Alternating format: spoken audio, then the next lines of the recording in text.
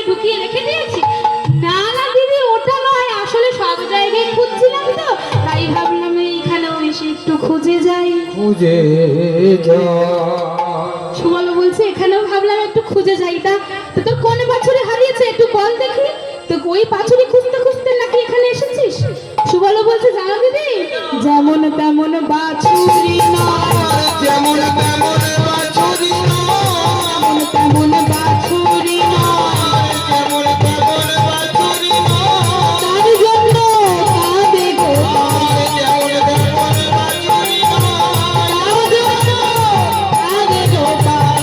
যেমন তেমন বাছুরি ও বাবা, তোর ওই একটা বাছুরি হারিয়েছে বলে নাকি সকলে গোপাল মানে গরুর পাল নাকি কাঁদছে? দেখেছো মা, আমি প্রথমেই বলেছিলাম পুরো মিথ্যে কথা বলছি। এই মনে হয় কুমন্দবখানে রয়েছে, বউটাকে ফুসলিয়ে নিয়ে চলে যায়। আরে জটিলা বলছে চুপ কর বাবা, চুপ কর, শোন ভালো করে শুনতে দে, দেখি তো কি বলে, ভালো করে শুনি। তা হ্যাঁ পশু বল, তা বলতে কি বাবা, একটা বাছুরের জন্য সবাই গোপাল কেন কাঁদবে? গরুর পাল কাঁদবে কেন? যার সন্তান গেছে শুধু সে কাঁদবে, সকলে গোপাল কাঁদবে কেন? শাস্ত্রে কি বলছে গো? বলছে যে গোপাল আমার, কিন্তু গোপাল অর্থাৎ গরুর পাল নয়। সুবল কিন্তু মিছে কথা কয় নাই।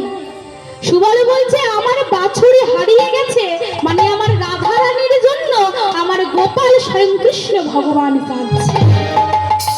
কিন্তু জটিলা কুটিলা তা ধরতে পারে নাই, ভেবেছে বাছুরির জন্য আমার গোপাল কাঁদছে,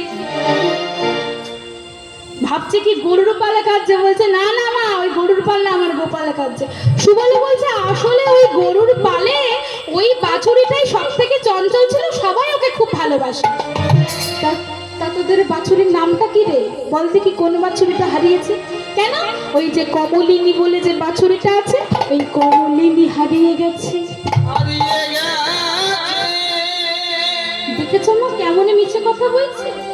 ওদের বাছুরির বলে কমলিনী বলে কোনো বাছুরিই নেই। সুবলে কি বলেছে কেন জানেন? কমলিনী অর্থাৎ রাধা রানীর আরেকটি নাম হলো কমলিনী। আমি তো বলতে পারছি, তাই ঘুরিয়ে পেঁচিয়ে কি বলছে? কমলিনী হারিয়ে গেছে বলে গোপালে কাঁদছে। তা বলছে হ্যাঁ রে সুবল, তো সত্যি সত্যি ওই বাছুরের জন্য এসেছিস নাকি আরো কিছু আছে? আসলে কি হয়েছে জানো মা? কি হয়েছে রে সুবল, ভালো করে বল না। ওই মানে সকাল থেকে ঘুরতে ঘুরতে বানি পিয়াতে মোরো বাতো নাহি স্ফুরত, নামে দিয়াছে মোরো বাতো নাহি স্ফুরত, বানি পিয়াতে মোরো বাতো নাহি স্ফুরত, পিয়াসে মোরো বাতো নাহি স্ফুরত, জীবন কাতর কি জানো মা গো, জীবন কাতর কি জানো জীবন কাতর কি জানো মা গো, জীবন কাতর কি জানো মা, জল দাও জল দাও, জল জল দাও জল দাও, জল দিয়ে কান জল দিয়ে কান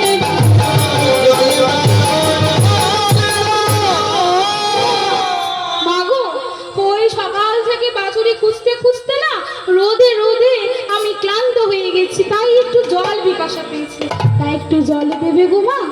হ্যাঁ হ্যাঁ দেবো তো, এত এরকম করে বলার কি আছে, সে তো দেবই। যা বাবা যা, তোকে আর আমি কথা বলাবো না, যা তুই বরং যা, রান্নাঘরে তোর দিদি আছে, দিদির কাছ থেকে শীতল জল পান করে একটু বিশ্রাম নিয়ে তারপরে বাড়ি যা।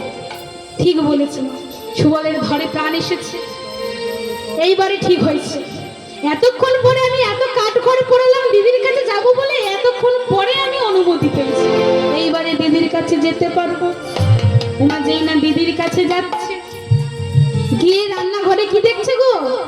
সুবলের পিছনে দাঁড়িয়ে রয়েছে রাধারানী। কি করছে? কি করছে গো মা? ভিজে কাষ্ঠ উনুনে দিয়ে ওই ধোয়ার